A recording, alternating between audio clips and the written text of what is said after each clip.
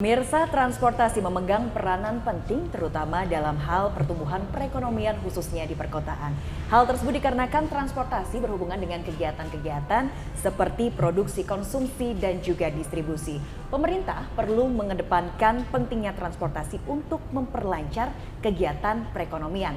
Lantas, apa saja yang perlu dilakukan untuk mendorong pertumbuhan ekonomi di Jawa Tengah khususnya melalui transportasi massal? Kita akan bahas dalam diskusi Aspirasi Jateng bersama saya Septiana Devi dan 3 narasumber yang sudah siap untuk kita ajak diskusi. Yang pertama di samping saya kita akan sapa Wakil Ketua Komisi D DPRD Provinsi Jawa Tengah Bapak Haji Hadi Santoso ST. Pak Hadi, apa kabar? Baik, Mbak Devi. Kabar baik. Ya baik, alhamdulillah nih. Meskipun suasananya iklimnya berubah-ubah kayak begini, cenderung banyak yang sakit. Alhamdulillah baik. Alhamdulillah baik. Kemarin mudik naik transportasi umum atau transportasi pribadi, Bapak? Saya sampai di karena saya ini mudiknya lokal saja, lokalan saja. Saya dari Wonogiri ke Giriwoyonya ya pakai transportasi pribadi. Oke. Ya. Tapi selama proses Lebaran silaturahmi ke Solo pakai BRT. Wah. Karena daripada macet, benar ya. sudah ada yang memikirkan. Tidak perlu baik. Jadi seorang dewan juga mencontohkan naik transportasi umum ya Pak Hadi ya. Baik, dan di samping Pak Hadi kami akan sapa Kepala Bidang Lalu Lintas Jalan Dinas Perhubungan Provinsi Jawa Tengah Bapak Eri Deri Marianto ATDMT. Pak Eri, apa kabar Bapak? Baik Mbak. Kabar baik. Langsung terbang dari Semarang ya Pak ya? Iya Mbak. Baik. Ini kemarin waktu Lebaran juga sibuk-sibuknya pastinya ya dari Dinas full, Perhubungan Mbak. ya? Selama H-7 sampai H+7 istilahnya kami banyak bertugas lah di posko terpadu maupun di pantauan-pantauan di lapangan. Baik, kalau sekarang berarti sudah agak bernafas lega, sudah bisa berdiskusi bersama kita ya. Betul, arus lalu lintas sudah cenderung normal dan landai kembali. Sudah landai kembali, baik. Dan saatnya liburan beliau. Oh, saatnya liburan. Yang lain kan liburannya pas Lebaran. Iya. Beliau nggak boleh libur. Sekarang malah sepi jalannya Pak ya. Landai, baik. Dan di samping Pak Eri kita akan sapa akademisi dari UNS Bapak Budi Yulianto PhD. Pak Budi, kabar baik? Alhamdulillah. Tuan rumah ya Bapak ya? Baik, nah kita ngobrol-ngobrol juga kalau Pak Budi mudiknya kemana Pak? Atau di sekitaran Solo saja? Saya hanya sekitaran Solo aja. Sekitar Solo ya. Naik transportasi umum nggak Pak? Ya nggak kemana-mana, di rumahnya di situ saja. Sekali-sekali keliling ya, naik bus Transnya Solo ya Pak ya. Baik, nah pemirsa kita akan bahas ini mengenai transportasi massal yang digunakan untuk mendorong perekonomian yang ada di Jawa Tengah khususnya. Tapi kita tanyakan ke Pak Hadi terlebih dahulu. Sebetulnya untuk meningkatkan aksesibilitas transportasi massal di Jawa Tengah, apa saja langkah-langkah yang sudah diambil sebagai anggota Dewan Pak? Iya, jadi yang perlu kita pahami bersama-sama bahwa ruas jalan ini nggak pernah bertambah, tetapi kendaraan selalu berkembang pesat. Jadi problem ketika berbicara tentang transportasi selalu tadinya sepi, tiba-tiba macet Mbak. Nah ini yang kemudian menjadi bagian penting yang kemudian pusat pertumbuhan di perkotaan dan lain sebagainya yang selalu menjadi diskusi ya selalu itu bahwa sekarang nggak ada, besok menjadi macet. Yang kedua bahwa hari ini sebenarnya kita punya kesepemahaman yang sama dengan Pak Eri, dengan teman-teman di akademisi bahwa sesungguhnya indikator pemerintahan, negara, daerah maju itu tergantung dari aksesabilitas. Nah, salah satunya adalah sebenarnya tergantung juga dari bagaimana meriah, rame, okupasinya transportasi umum. Nah, inilah yang kemudian menjadi landasan bagi kami untuk kemudian membuat desain perencanaan di RPJMD untuk kemudian bagaimana kemudian kita bisa membangkitkan kembali transportasi umum. Nah inilah kemudian sekarang ada 7 koridor BRT yang kalau dilihat dari sisi perspektif anggaran sesungguhnya mungkin orang akan mengatakan tidak rasional gitu, karena hampir 80% dari anggaran Dinas Perhubungan Provinsi Jawa Tengah ini dipakai untuk operasionalisasi BRT. Tetapi ini satu langkah yang harus kita ambil, bahwa kalau kita biarkan masyarakat akan semakin jauh dari transportasi umum. Dan ini kan kita juga bisa rasakan kenapa kemudian kami meminta dialognya di mana, di Solo gitu. Karena bangkitan dari Wonogiri dengan BRT, bangkitan dari Sumber Lawang dengan BRT, terus kemudian kita kaitannya dengan dorongan di sektor-sektor pariwisata. Orang kemudian dari tempat saya Wonogiri, dari Wonogiri ketika hari ini ayo kita main ke Sangiran gitu. Ya kita enak aja, tinggal naik BRT, bayar 4.000 kali 2 udah cukup gitu, nggak perlu kita susah-susah. Dan ini bangkitan ekonomi yang semacam ini yang kita akan terus dorong. Kami sebenarnya juga sedang mendiskusikan dengan teman-teman di Sub, bagaimana kemudian Tawangmangu yang sekarang sangat padat di akhir pekan itu kita siapkan transportasi umumnya, kita siapkan lahan parkirnya di tempat yang relatif tidak menimbulkan kemacetan, tetapi kemudian kesananya bisa putar-putar dengan transportasi umum. Kalau ini terjadi, maka saya yakin betul bahwa kemudian kenyamanan dari sisi transportasi akan tercapai, sisi pariwisata, dari healing macam-macam juga akan terasa nyaman. Bangkitan ekonominya akan baik. Oke, baik. Nah, kita tanya ke Pak Eri. Pak Eri, sebetulnya transportasi yang jadi favoritnya warga Jawa Tengah apa? Apakah memang BRT jadi salah satu yang favorit ini, Pak? Betul sekali, Mbak. Jadi setelah dari tahun 2017 itu koridor pertama dioperasikan, sampai sekarang sudah 7 koridor. Ini minat masyarakat luar biasa, Mbak. Jadi selama 7 tahun ini BRT Trans Jateng ini sudah mengangkut atau sudah mendapatkan penumpang lebih dari 29 juta. Kalau rata-rata per tahun barangkali sudah di angka 8 jutaan, Mbak. 8 juta lebih.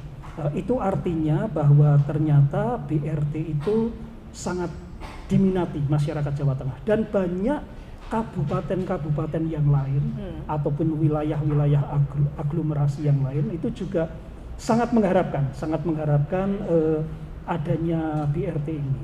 Selain itu, bahwa ternyata dengan adanya BRT ini, selain tadi masyarakat yang barangkali untuk melakukan perjalanan wisata, perjalanan sosial, juga yang rutin bekerja.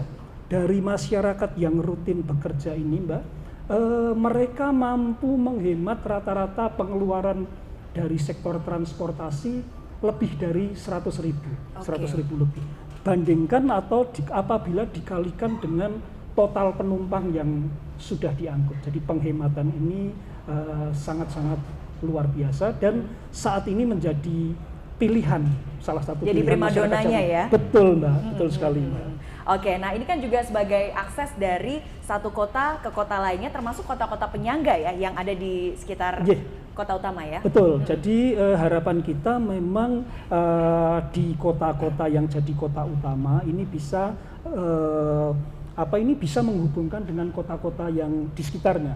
Misalnya di koridor 1 Semarang-Bawen, artinya antara Kabupaten Semarang mulai dari Bawen, Ungaran sampai dengan Semarang ini bisa tercapai keseimbangan untuk yang melalui kawasan industri barangkali, ataupun mungkin menuju ke simbol-simbol transportasi.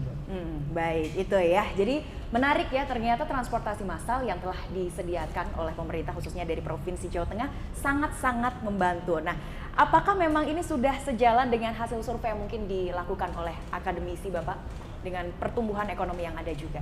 Terima kasih. Jadi kalau saya melihat perkembangan angkutan umum di Jawa Tengah ini sangat signifikan sekali. Baik tadi disampaikan konsep untuk aglomerasi antar kabupaten kota ini ada 7 ya. Nah, ini memberikan kontribusi yang sangat tinggi untuk pertumbuhan ekonomi masing-masing daerah. Saya memberi contoh aja yang paling bontot ya, koridor 7. Nah, koridor 7 itu kan dari Solo ya, Terminal Tirtonadi ke Sukoharjo ke Wonogiri. Nah, ketika dibuka itu sudah sangat banyak sekali orang yang antusias untuk menggunakan. Dan prosesnya sampai sekarang tadi diskusi dengan Pak Heri itu load faktornya bisa hampir mencapai 100%. Nah, artinya penggunaan ini kan hampir mencapai kapasitasnya dan antusias masyarakat itu sangat besar sekali. Nah, kemudian dari aglomerasi ini kan tentunya saling sinergi dengan angkutan umum di perkotaan. Karena tentunya masyarakat melakukan perjalanan itu tidak hanya dari terminal Kabupaten Wonogiri kemudian ke Terminal Nadi kan. Balik lagi ya, gitu misalnya dari Terminal Nadi mau menuju ke mana Hotel View ini kan perlu angkutan umum. Betul. Nah, makanya dari masing-masing kota ini diharapkan ataupun kabupaten diharapkan untuk merevitalisasi angkutan umum perkotaannya. Kalau Kota Surakarta ini kan sejak tahun 2009 ya mulai revitalisasi dan tahun ini ada sekitar 12 koridor yang berbasis bus dan feeder. Ya setidaknya memang proses untuk angkutan umum ini kan tidak semudah membalikkan tangan. Ayo semua harus ikut semua. Nah ini yang menjadi masalah. Dari proses revitalisasi ini sebenarnya Solo sudah cukup baik ya. Artinya kelembagaan sudah final, jaringan sudah final. Namun penggunanya ini masih belum maksimal karena dari riset-riset yang kami lakukan itu tipikalnya adalah konektivitas. Jaringan 12 ini juga nggak cukup untuk mengakomodasi seluruh kota Solo. Terutama tadi disampaikan Karanganyar itu salah satu masyarakat yang banyak ke Solo itu seringkali meminta agar angkutan umum itu disediakan. Ya, maksud saya angkutan umum yang memiliki SOP yang baik ataupun sesuai BRT atau BST. Nah, makanya dalam hal ini ketika dari provinsi mengembangkan aglomerasi Kota Solo memiliki BST, kemudian seharusnya memang kabupaten-kabupaten yang misalnya Sukoharjo, Wonogiri yang sudah diberi pemantik untuk mengembangkan, ya harus segera dikembangkan. Karena kalau nggak dikembangkan, antar perkotaan ini juga nggak akan bisa maksimal. Solo sudah stuck kalau nggak ada bantuan dari kabupaten yang lainnya. Demikian Mbak. Tapi memang dari proses pengembangan angkutan umum itu tidak bisa hanya membalik tangan selesai semua. Ini adalah proses. Dan ya cukup menantang. Nanti bisa diceritakan Mas Heri ini. Tantangannya apa saja nanti ya. Nah ini terkait dengan konektivitas menarik ya Pak ya. Karena tadi disebutkan oleh Pak Budi bahwa di kota besar sudah ada, tapi di kabupaten ternyata belum banyak ini angkutan umum yang mendukung. Iya, sebenarnya kalau mau bicara efektivitas memang kami secara regulatif, secara aturan sesungguhnya mendesain agar kemudian pertama orang itu mau sejahtera, itu kan sebenarnya pendekatannya dua, diberi tambahan penghasilan atau dikurangi belanjanya. Tadi disampaikan oleh Pak Heri, ketika kemudian di sektor perhubungan ini kami tidak menambah pendapatan, tetapi sesungguhnya kami ini mengurangi belanja bagi masyarakat. Sebenarnya secara regulasi kami juga membuat yang namanya pusat-pusat pertumbuhan. Pusat-pusat pertumbuhan ini secara RT RW kita desain bahwa yang namanya perumahan harus didekatkan dengan fasilitas umum, fasilitas kerja dan lain sebagainya. Nah, memang problem transportasi umum di sini itu tadi yang disampaikan oleh Pak Budi bahwa konektivitas orang hari ini merasa nyaman keluar dari rumah, naik motornya sendiri sampai di tempat tujuan tidak perlu ganti-ganti. Kenyamanan yang semacam itu, tetapi ada dua variabel yang kemudian pokok yang hari ini kemudian kita coba urai satu-satu adalah pertama dari sisi biaya, yang kedua dari sisi kemacetan, dari sisi kenyamanan. Nah itu yang kemudian hari ini kita wujudkan di dalam rencana perubahan perda perhubungan kami yang di pemerintah provinsi, bahwa ada kewajiban di pemerintah kabupaten kota selain kemudian kami menyiapkan moda transportasi antar kabupaten dan lain sebagainya yang kemudian kita desain dengan secara maksimal, beberapa kewajiban di tingkatan kabupaten kota juga munculnya feeder, munculnya transportasi pengumpan, apakah itu nanti angkot ataukah apa dan lain sebagainya, kita harapkan menjadi bagian yang tidak terpisahkan. Ini pertama. Yang kedua, memang kita harus kembali menjadikan wacana transportasi umum ini menjadi wacana yang menarik bagi akademisi, bagi anak-anak, bagi pendidikan dan lain sebagainya. Itu yang kemudian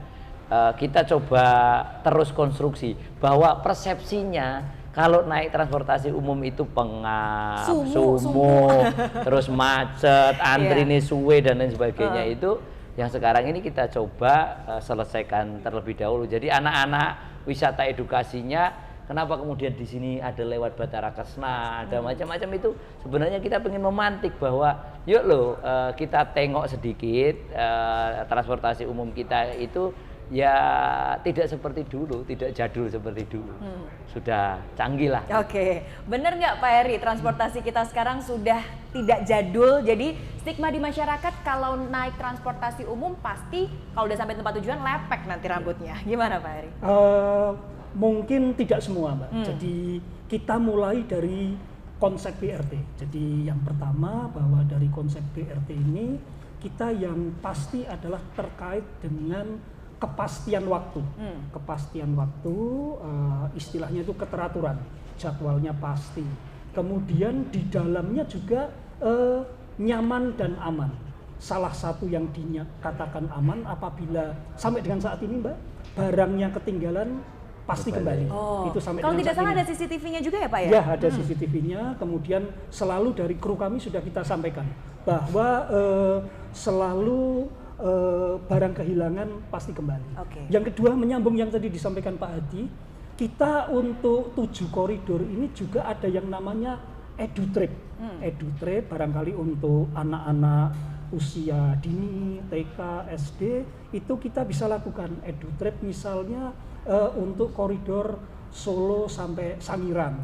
Jadi selain barangkali ke objek wisata, anak-anak juga diajari ini loh, naik angkutan umum yang benar ini naiknya harus di halte, turunnya di halte, sekaligus kita melakukan edukasi-edukasi di tempat wisata maupun di transportasi. Kemudian Mbak, jadi memang untuk BRT kita juga mengharapkan juga terkait dengan standar pelayanan minimal. Jadi kita upayakan bahwa SPM itu bisa tercapai. Kemudian keterisian penumpang, jadi itu juga kami sampaikan bahwa dengan tadi disampaikan Solo Wonogiri yang koridor paling buncit pun load faktornya paling tinggi.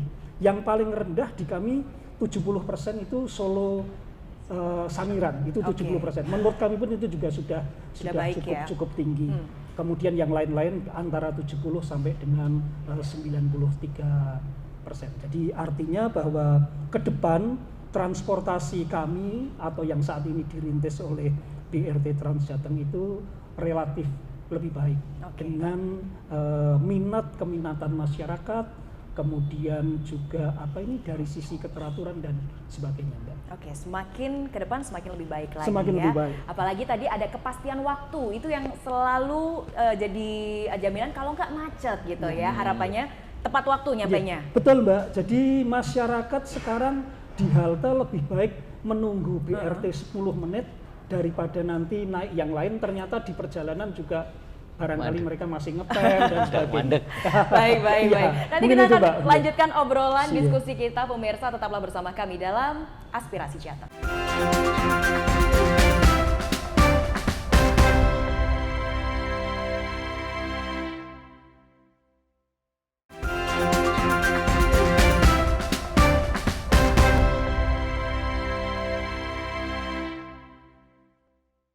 Kita lanjutkan diskusi kita pemirsa terkait dengan mendorong perekonomian di Jawa Tengah melalui transportasi massal. Tadi kuncinya adalah konektivitas waktu. Ini mungkin jadi salah satu kunci juga karena kemacetan bisa jadi salah satu faktor yang membuat perekonomian melambat. Betul tidak Pak Budi?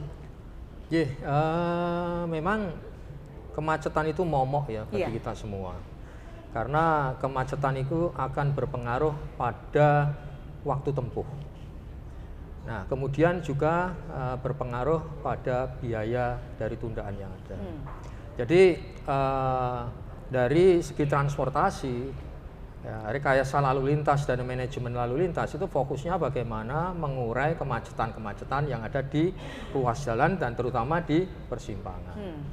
Nah, karena apa? Karena waktu tempuh ini kan berpengaruh pada produktivitas dari kita, bekerja dan sekolah atau melakukan kegiatan. Dan kalau kita melakukan sebuah kegiatan dari rumah menuju ke kampus, menuju ke kantor, ketika terhambat di salah satu simpang atau beberapa simpang, maka ini akan mengurangi produktivitas kita. Kemudian dari segi biaya, operating cost dari kendaraan itu juga akan tinggi sekali, terutama bagi yang menggunakan kendaraan pribadi. Tapi malah sebenarnya lebih baik biar mereka pindah ke angkutan umum. Nah, itu harapannya ya. Nah, konsep-konsep inilah yang namanya transportation demand management ini harusnya nanti juga diikutkan dalam proses revitalisasi angkutan umum massal. Jadi makanya kalau di angkutan umum tadi kehandalan itu paling penting.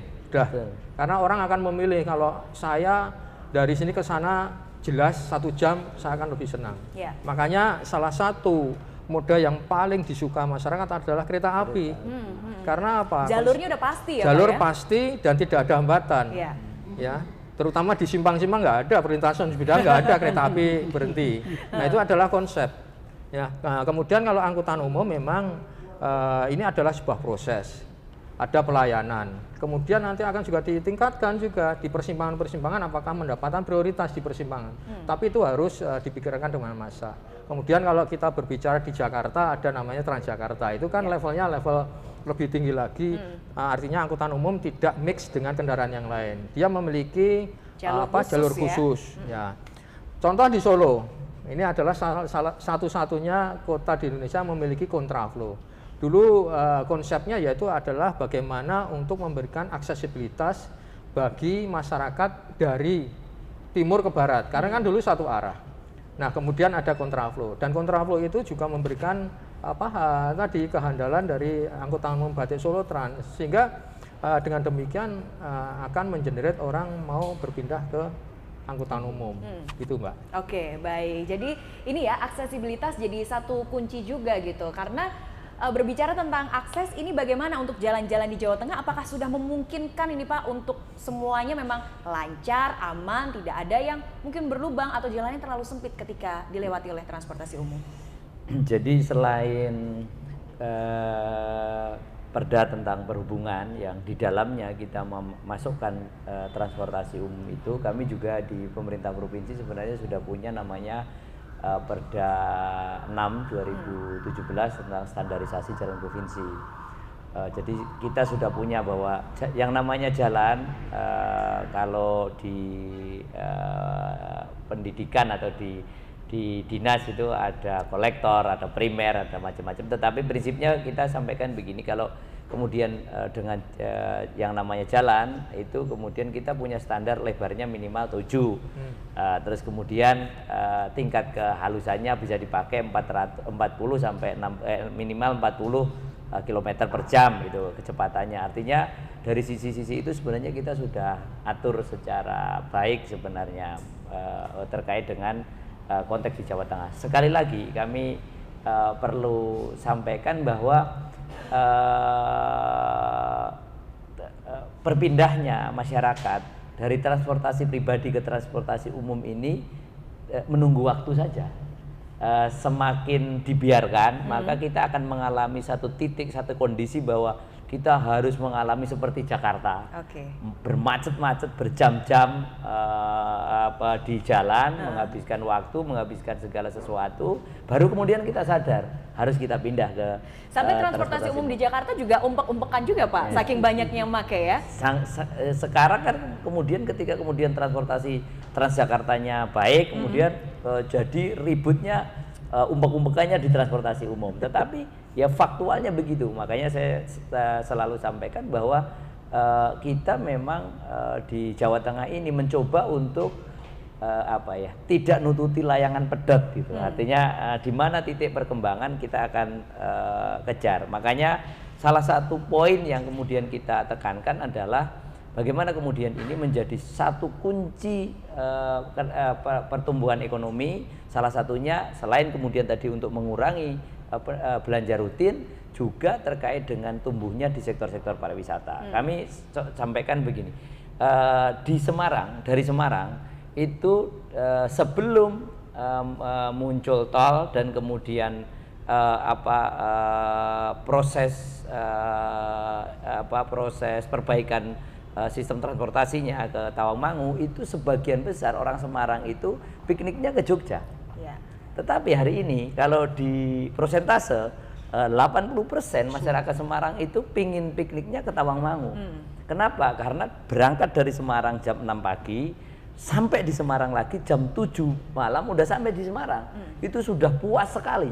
Kalau ke Jogja berangkat jam 4 pagi sampai di Semarang jam 11 sampai jam 12 malam. Kenapa? Karena harus macet, harus delay dan lain sebagainya.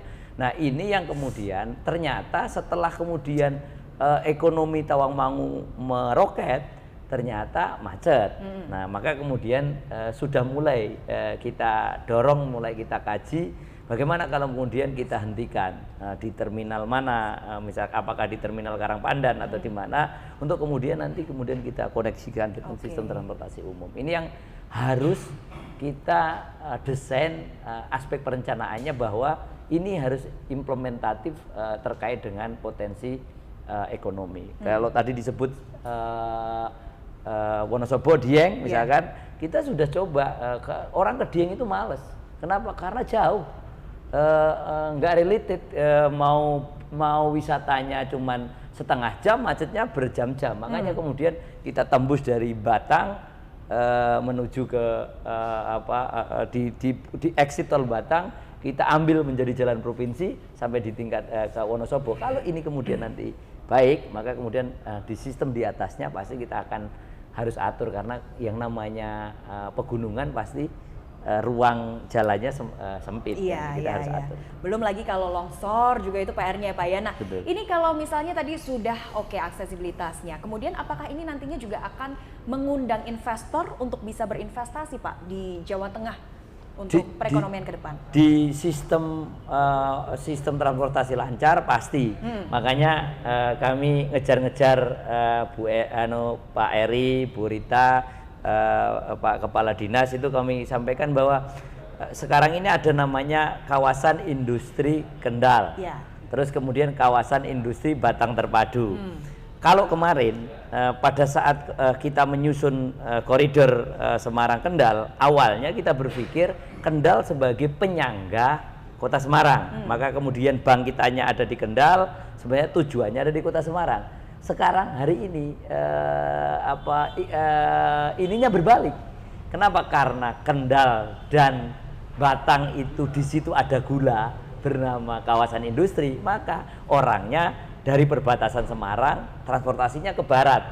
Nah, kita sekarang lagi sedang berpikir bagaimana kemudian nanti Kendal dan Kabupaten Batang ini nanti kemudian akan menjadi lebih mudah aksesabilitasnya, baik dari Pekalongan maupun dari Kabupaten Kendal dan Kabupaten Semarang. Kalau tadi pertanyaannya apakah ini akan mendatangkan investor, pasti. Kenapa? Karena mereka pasti akan ke sana. Yang kedua, kami juga sedang mendorong juga di Pak Eri ini ada sekian terminal, ada 23 terminal. Yang di terminal itu sekarang kayak kuburan.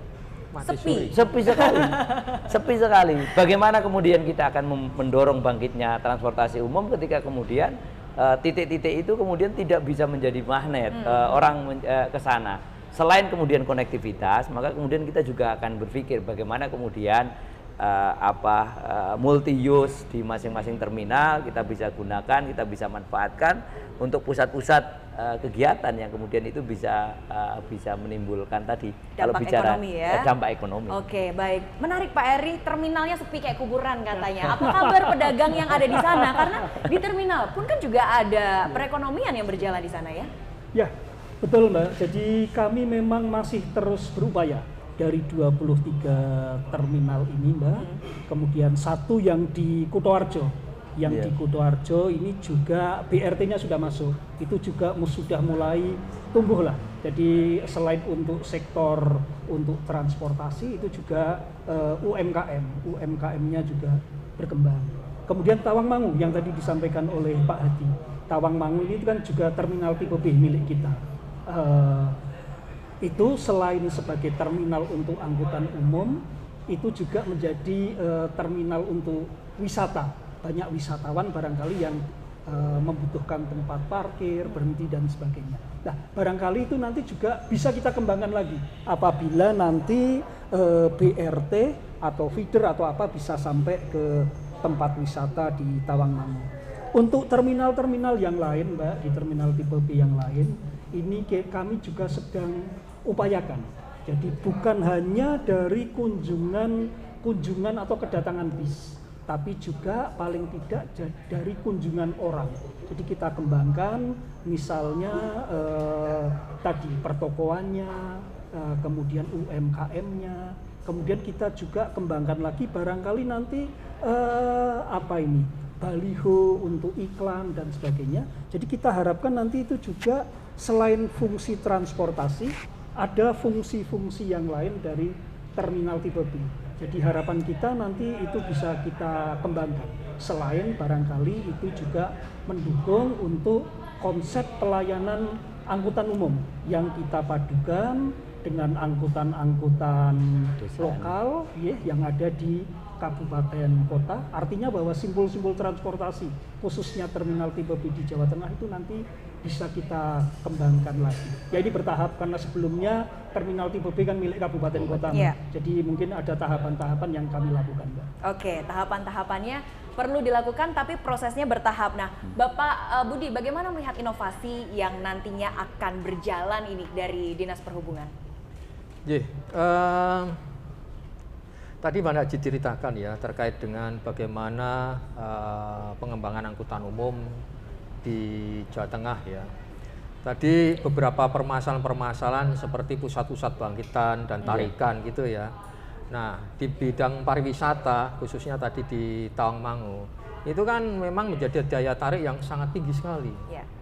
Nah, namun melihat dari infrastruktur jalan yang ada itu tidak memenuhi lagi pada kondisi peak ya. Iya, peak season ya. Nah, artinya apa? Tadi ketika jalan nggak cukup, kapasitas nggak cukup, volume lebih tinggi, maka akan terjadi kepadatan dan kemacetan, dan itu akan mengenerate pembuangan efisiensi dan operational cost dari kendaraan-kendaraan pribadi. Tadi sudah disampaikan ada sebuah konsep yaitu bagaimana ditangkap di salah satu kawasan tertentu. Nah, kawasan tertentu ini bisa dijadikan park and ride ya. Nah, kemudian dibuatkan sebuah konsep yaitu shuttle menuju ke pusat-pusat dari pariwisata. Tentunya tidak semua orang harus menggunakan angkutan umum kan. Nah, itu bisa diatur. Nah, ini adalah salah satu konsep-konsep transportasi demand management, bagaimana memanajemen demand yang ada agar tidak melebihi dari kapasitas yang ada. Dan kembali lagi tadi disampaikan bahwa salah satu impact dari angkutan umum ini yaitu adalah mobilitas tadi. Apa konsepnya terhadap ekonomi? Jelas. Karena kalau mobilitas kemudian melakukan perjalanan, maka orang investor akan mau datang, dan ini memberikan kondisi yang kondusif untuk sebuah bisnis. Kalau misalnya jalan ini tiap hari macet, orang mau berbisnis di sini juga susah. Nah, tentunya mobilitas ini juga menjadi salah satu bagian yang harus dipenuhi dalam proses pembangunan angkutan umum massal. Itu, Mbak. Baik, jadi ini ya salah satu hal yang penting kalau jalannya macet ya, itu pasti orang males ya Pak ya. Orang mau turun mau beli makan dulu nanti mobilnya ditinggal gitu agak susah ya. Jadi ini memang jalan jadi salah satu faktor yang penting juga. Nah, jalan-jalan yang ada di Provinsi Jawa Tengah mayoritas sudah aman Pak ini dari kemacetan atau seperti apa Pak? Atau hanya di momen-momen tertentu seperti Lebaran saja atau hampir setiap hari macet kayaknya? Ya, kalau berbicara macet ini kan sebenarnya bukan ansih jalan ya. Ketika bicara tentang penataan, misalkan di mana titik perumahan, di mana titik tempat bekerja, kemudian semakin jauh lokasinya, maka kemudian semakin banyak titik kemacetan yang kita sebut dengan tata ruang. Itu sebenarnya ini juga sangat berpengaruh. Tetapi kalau dilihat secara umum sesungguhnya titik-titik kemacetan yang ada di Jawa Tengah itu ya hanya di beberapa lokasi dan hanya di beberapa momentum itu saja sampai hari ini. Jadi kita masih mengatakan, kalau saya sering menyampaikan ke teman-teman Jakarta itu, kalau saya di Jakarta itu tidak berani berspekulasi bahwa hari ini saya mau berangkat, nanti saya mau terbang jam 2. Saya mau berangkat dari rumah jam 11, itu nggak berani. Tetapi kalau di Jawa Tengah sebenarnya masih relatif gitu. Ketika kemudian kita berangkat dari Kartosuro masih terukur lah. Oh, kalau kita berangkat dari Kartosuro menuju ke Bandara Adi Sumarmo, maka kemudian saya membutuhkan waktu 10 menit. Tapi kalau kemudian saya berangkat dari Solo Baru, saya membutuhkan waktu sekian menit. Nah, sebenarnya masih cukup related, tetapi dengan semakin tumbuhnya ini, kalau kita bicara temanya sebagian besarnya transportasi dengan ekonomi, Jawa Tengah punya PR besar. Sebentar lagi Jawa Tengah punya PR besar. Ketika kemudian jalan tol Solo Jogja, Bawen Jogja jadi, yang tadinya Jawa Tengah, kami ikut menyusun RPJMD-nya bahwa kita ingin menjadi Bali kedua. Bali kedua itu artinya apa? Putaran orang berwisata domestik itu Jawa Tengah pengen yang terbesar kedua. Dan ini sebenarnya di konteks sekarang ini sudah hampir tercapai. Tetapi ketika kemudian ini nanti transportasinya ke Jogjanya lancar, Jawa Tengah punya PR besar. Karena kemarin itu kenyamanannya ya karena hanya aspek lokalitas saja. Tetapi kalau kemudian ini nanti di sananya menjadi lancar, kalau kita tidak menyuguhkan beberapa hal yang lain yang kemudian menjadi diferensiasi dengan Jogja, maka kemudian kita juga akan punya problem. Itulah yang tadi kita sampaikan bahwa bisa dikemas. Saya sering berdiskusi dengan kepala balai wilayah 3 sini perhubungan, ketika kemudian mungkin enggak kalau kemudian nanti jalan ke atasnya itu kayak jeep, sehingga kemudian kita sekaligus berpariwisata dan sebagainya. Yang ini yang kemudian memerlukan tadi, ketika selain feeder, selain pengumpan, selain macam-macam, adalah kreativitas kita untuk membangkitkan sisi ekonomi yang berbasis transportasi. Kalau kemudian kita berbicara tentang pendapatan, sebenarnya sangat relevan bahwa kemudian hari ini kita tumpukan, kita tarik ke sana. Jogja sudah selesai, bahwa kemudian untuk di waktu-waktu weekly misalkan mereka tidak diperbolehkan ada bis masuk. Yang ini sebenarnya sekarang ancaman bagi Jogja, peluang bagi Jawa Tengah. Besok bisa jadi akan berubah. PR bagi Jawa Tengah yang sudah dijawab oleh Jogja. Ini kan kemudian yang harus kita kejar dalam sisi transportasi. Baik, luar biasa ya. Jadi ini sebetulnya nanti kapan PR itu akan terjawab ya pemirsa ya. Kalau sekarang mungkin agak bernafas lega, tapi tol Bawen Jogja itu salah satu yang ditunggu juga loh Pak ya. Karena jadi salah satu favorit juga nantinya. Baik pemirsa, nanti kita akan lanjutkan diskusi kita, tetaplah bersama kami dalam Aspirasi Jateng.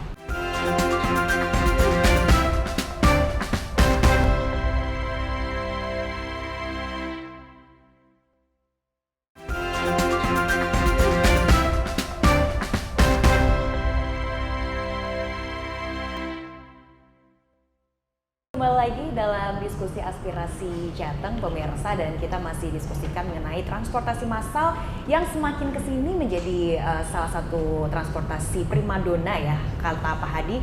Kalau nanti sudah macet semua, pasti semua orang akan berpindah menggunakan transportasi massal, transportasi umum seperti itu ya. Tapi tadi ada PR juga dari Pak Hadi, katanya kalau nanti jalan tol yang ada di Bawen Jogja itu sudah jadi, itu jadi tantangan tersendiri bagi perekonomian di Jawa Tengah khususnya. Nah, gimana Pak Eri ini melihat sebagai seseorang yang setiap harinya melihat lalu lintas jalanan, akses dari Semarang yang biasanya kalau ke Jogja lewat Solo dulu, kemudian baru ke Jogja, ini lebih mudah. Nanti bagaimana?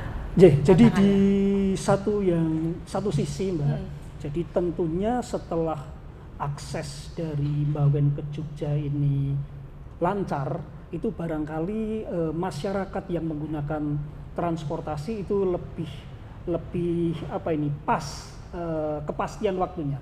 Jadi bisa merancang ke Magelang, kemudian sampai ke Jogja itu bisa merancang waktunya bisa lebih pas.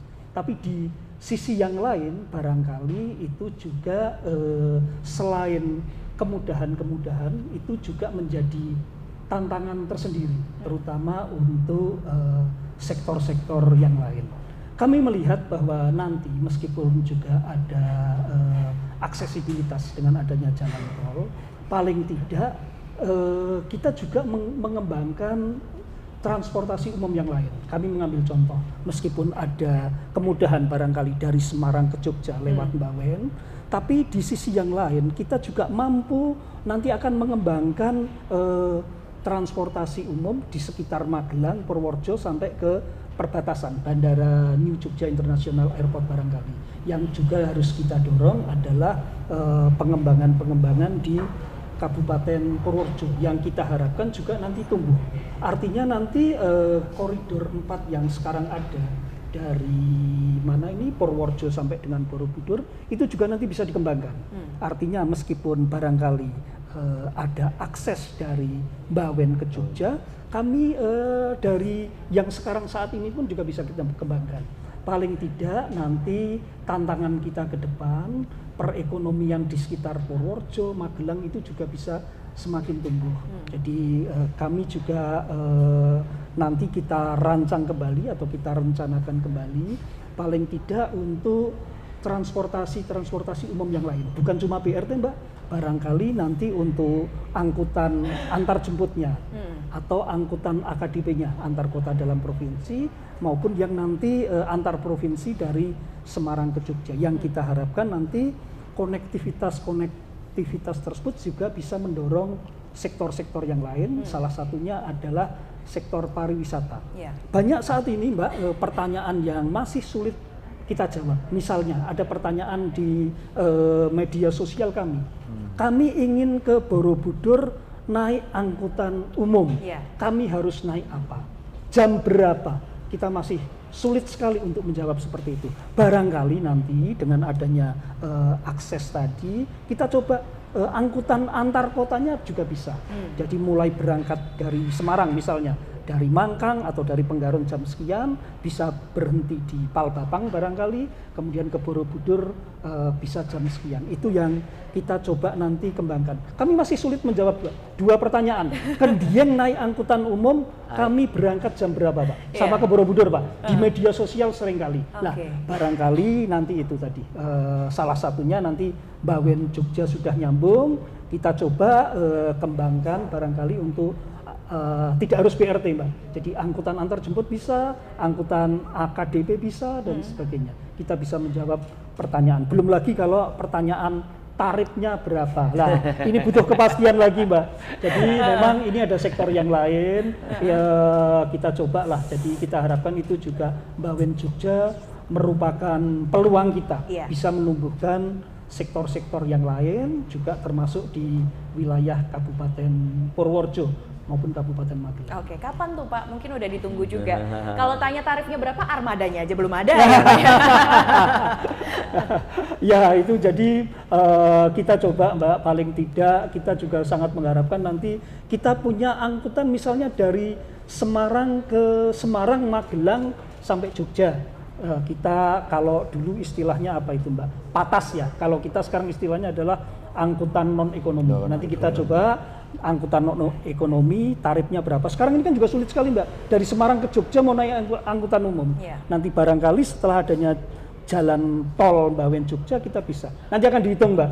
Yang jelas untuk tarif keekonomian maupun armadanya nanti kita coba, kita akan tawarkan kepada para pengusaha. Menurut kami itu peluang Mbak, karena juga banyak pergerakan dari Semarang, Magelang sampai dengan Jogja yang perjalanannya istilah kami komuter, bolak-balik. Bolak-balik itu juga bisa kita kembangkan seperti di tempat-tempat yang lain. Baik, luar biasa ya. Ini PR-nya karena masih banyak orang yang bertanya-tanya, semoga ini sudah terjawab. di tayangan kita hari ini ya. Kalau masih bertanya-tanya, tunggu nanti update-nya di sosial media dari Dinas Perhubungan mungkin ya Pak ya. Kalau sudah ada armada yang melayani koridor-koridor khusus sampai nanti ke tempat wisata, entah itu Borobudur ataupun di Dieng Wonosobo. Nah, tantangan yang menarik ya ini Pak Budi ya. Sebagai akademisi melihatnya seperti apa dengan tantangan-tantangan yang ada tadi Pak? Ya, memang gini ya, ada sebuah paradok ya, paradok transportasi.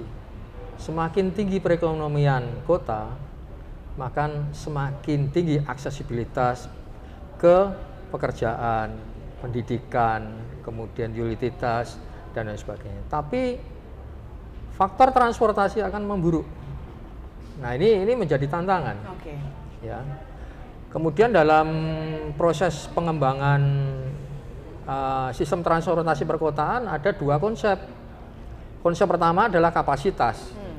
Ini yang konvensional dan ini manjur. Tapi dalam kurun waktu yang relatif pendek. Karena apa? Konsepnya volume dibagi kapasitas. Kalau kapasitasnya sudah volume hampir sama dengan kapasitas kan akan macet, Mbak. Konsepnya kan dilebarkan jalannya. Nah, setelah dilebarkan akhirnya kan lancar. Kemudian macet lagi karena ini mengakibatkan induced traffic. Dengan adanya pelebaran jalan, peningkatan kapasitas akan menarik orang untuk menggunakan kendaraan pribadi. Nah, kemudian kalau jalan nggak cukup, naik jalan layang ya, double jalan layang dan sebagainya. Konsep itu ada di Jakarta. Nah, sampai sekarang kan masih macet. Nah, kemudian yang konsep kedua yaitu adalah sustainable transportation, yaitu adalah yang diatur adalah demand-nya, volumenya ini jangan sampai lebih dari kapasitasnya. Nah, makanya dalam hal ini akan menjadi sebuah tantangan karena tadi banyak sekali hal-hal yang harus disediakan oleh angkutan umum. Kehandalan. Kehandalan ini kan ya cukup repot juga bagaimana memberikan aksesibilitas kepada angkutan umum, khususnya jalan raya. Kalau jalan rel kan sudah selesai itu, pasti orang akan suka semua kan. Nah, kalau untuk angkutan umum ini perlu adanya sebuah ya proses yang relatif panjang. Kemudian banyak faktor-faktor yang akan digunakan untuk pengembangan angkutan umum massal berbasis jalan raya. Apakah itu berbasiskan full BRT seperti Jakarta atau yang ada saat ini masih belum menggunakan jalur khusus untuk angkutan umum. Itu pun juga perlu pemikiran yang banyak. Karena memang ini PR kita semua. Dan satu hal, angkutan umum ini tidak lepas dari political will. Kalau pemerintah daerah nggak mendukung, ya nggak akan bisa berjalan. Nah, kemudian masalah pendanaan ini juga menjadi PR. Makanya dalam hal ini pemerintah harusnya konsekuen dengan apa yang ditetapkan dalam Undang-Undang 2009 ya Pak ya, nomor 22 di situ bahwa pemerintah wajib menyediakan fasilitas angkutan umum. Nah, ini juga menjadi sebuah proses bagaimana pemerintah menyediakan angkutan umum. Tadi udah diceritakan semua kan masih banyak kekurangan-kekurangannya. Seperti yang kita kembali ke kasus ya Subo Sukowono Sraten aja dulu nggih.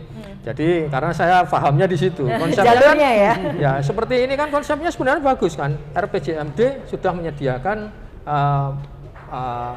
BRT untuk Transjateng, untuk kawasan kabupaten sekitar Solo dan Kota Solo. Kota Solo sudah memiliki angkutan umum sendiri. Kalau ini sudah artinya masing-masing kabupaten itu berkomitmen untuk merevitalisasi angkutan umum masing-masing perkotaan dan sinergi dengan angkutan umum aglomerasi itu kan akan memberikan kemudahan-kemudahan bagi masyarakat untuk menggunakan angkutan umum. Dan tadi impact terhadap perekonomian, aksesibilitas, kemudian mobilitas, kemudian terkait dengan kemacetan lalu lintas, kemudian terkait dengan infrastruktur dari angkutan umum ini juga bisa mengenerate bisnis-bisnis di fasilitas angkutan umum dan itulah yang akan diharapkan oleh masyarakat. Tapi kembali lagi, paling enak memang bikin jalan. Dilebarkan terus ya. Dan terkait dengan aksesibilitas juga tantangan transportasi umum ini adalah banyak sekarang ojek-ojek online, Pak. Ini kan juga kendaraan pribadi yang digunakan untuk mengangkut penumpang. Seperti apa ini, Pak? Ya, kalau saya melihat itu ya oke lah itu kebijakan pemerintah seperti itu ya. Walaupun kalau kita melihat regulasinya kan itu bukan angkutan umum dan sekarang kan masih polemik ya. bagi saya biarkan aja lah kompetisi kita. Kalau saya pikir masyarakat memiliki komitmen terhadap undang-undang tadi menyediakan angkutan umum, ya fokus ke situ aja. Tinggal masyarakat akan memilih mana yang akan digunakan, gitu Mbak. Oke, kalau terkait kos sih lebih pilih transportasi umum ya Pak ya. Transportasi umum. Nah, ini bagaimana juga dalam penerapan penentuan harga tarif untuk angkutan umum atau transportasi umum nih Pak yang ada di Jawa Tengah Pak Hadi? Kalau secara umum begini Mbak, jadi saya masuk satu, bahwa selain jalan sebenarnya kami mendorong untuk reaktivasi kereta api. Oke. Ketika kemudian dari Semarang Ambarawa rencananya pada saat itu, terus kemudian Ambarawa ke Magelang, itu sesungguhnya tadi bagian dari bagaimana kemudian menjawab pertanyaan kita mau ke Borobudur, mau kemana yang kemudian kita karena sesungguhnya di Magelang ini kan juga ada Akmil, ada yang orang datang sebenarnya bukan hanya dalam perspektif wisata sih sebenarnya. Di situ juga ada bangkitan-bangkitan, tarian-tarian yang cukup banyak. Itu pertama. Jadi kita tetap itu bahwa dari Solo ke Semarang ada kereta rutin dari Semarang sampai Purwokerto sampai Cilacap, juga ada kereta yang kemudian kita juga akan tumbuhkan ke sana. Yang kedua yang kemudian perlu kita sampaikan bahwa ketika berbicara tentang aspek transportasi tadi, sebenarnya saya sih menganggap bahwa transportasi online dan sebagainya ini transisi saja. Sebenarnya kenapa kita pakai transportasi online itu karena kita juga udah gak nyaman dengan transportasi pribadi sesungguhnya. Karena aku nggak mau macet-macet, aku nggak mau stres-stres di jalan dan sebagainya. Sebenarnya sebagiannya karena di situ. Nah, kaitannya dengan konsep pentarifan tentu teman-teman di Zoom melakukan kajian, baik itu ya banyak variabelnya, tapi yang prinsip saya tekankannya begini, bahwa hari ini yang coba kita fasilitasi minimal masyarakat Jawa Tengah tidak lupa dengan transportasi umum. Di mana itu? Ya di titik-titik yang kemudian terjadi bangkitan yang cukup kuat itu tadi. Makanya industri, sekolah, pariwisata yang ada komuter, yang ada transportasi bolak-balik, itu yang menjadi prioritas kita agar kemudian menjadikan ini ke sana. Kami berharap setelah ini nanti Museum Wayang Wonogiri, Museum Kars Wonogiri didesain dengan baik oleh pemerintah. Kenapa? Karena ternyata orang sudah dekat ke sana. Saiki aku nek arep nang Wonogiri arep ngopo? Gur dolan ning Gajah Mungkur tok gitu. Maka kemudian akan muncul ide-ide untuk kemudian menumbuhkan potensi wisata di lapangan. Oke, baik ya, menarik ini pemirsa ya. Dan mungkin yang terakhir, apa mungkin pesan-pesan juga untuk pemirsa, penonton, pengguna transportasi umum atau yang sekarang masih transisi nih Pak dari menggunakan transportasi pribadi ke online dulu, harapannya nanti pakai transportasi umum, apa Pak? Silakan. Kalau saya begini Mbak, jadi transportasi umum itu bukan ansih moda perpindahan, tetapi di dalam transportasi umum itu ada kesehatan. Percaya, kalau panjenengan sering melakukan perjalanan dengan transportasi umum maka akan sehat.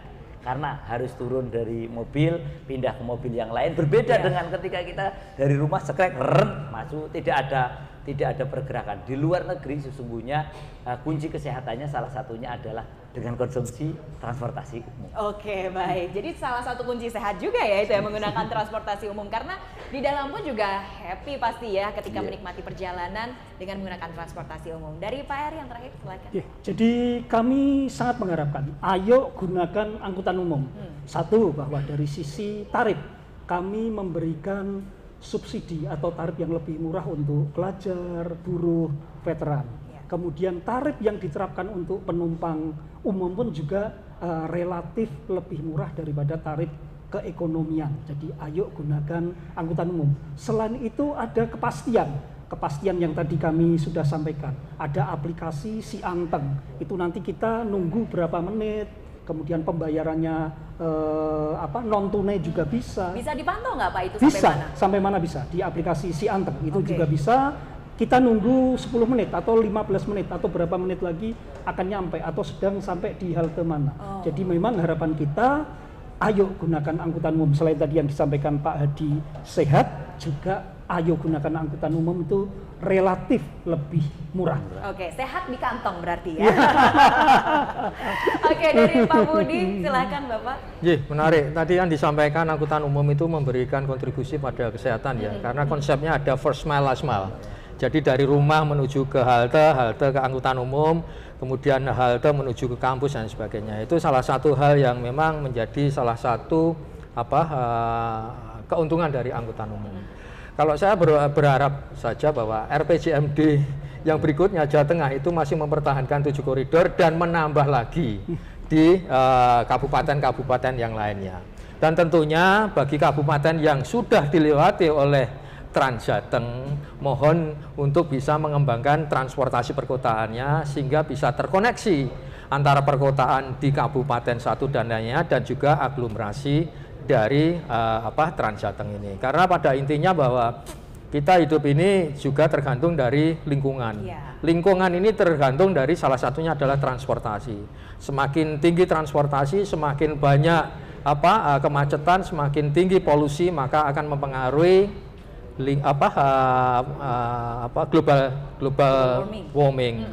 Nah, ini menjadi salah satu momok dunia. Termasuk emisinya itu. Nah, emisi itu kan akan mengenerate dari global warming sehingga kita bisa merasakan. Tadi sudah disampaikan bahwa kondisinya hari ini berbeda dengan yang lain, iklimnya berubah sama sekali. Nah, ini salah satu kontribusi bagi kita semua, yaitu bagaimana kita bisa mensupport dari pengembangan angkutan umum massal dengan menggunakan angkutan massal. Demikian Mbak, terima kasih. Terima kasih Pak Budi, terima kasih juga untuk ketiga narasumber saya pada kesempatan hari ini. Terima kasih Pak Haji Hadi Santoso ST, Wakil Ketua Komisi D DPRD Provinsi Jawa Tengah. Terima kasih juga untuk Bapak Eri dari Marianto ATD MT, Kepala Bidang Lalu Lintas Jalan Dinas Perhubungan Provinsi Jawa Tengah, dan juga akademisi dari UNS Bapak Budi Yulianto PhD. Terima kasih juga untuk masukannya. Dan pemirsa, jangan lupa tadi ajakan dari Pak Eri, ayo naik transportasi umum, karena di Jawa Tengah pilihan transportasi umumnya sudah banyak dan ini juga mendorong perputaran perekonomian yang ada di Provinsi Jawa Tengah. Ayo naik transportasi umum. Saya Septiana Devi undur diri, sampai jumpa dalam dialog aspirasi Jateng berikutnya.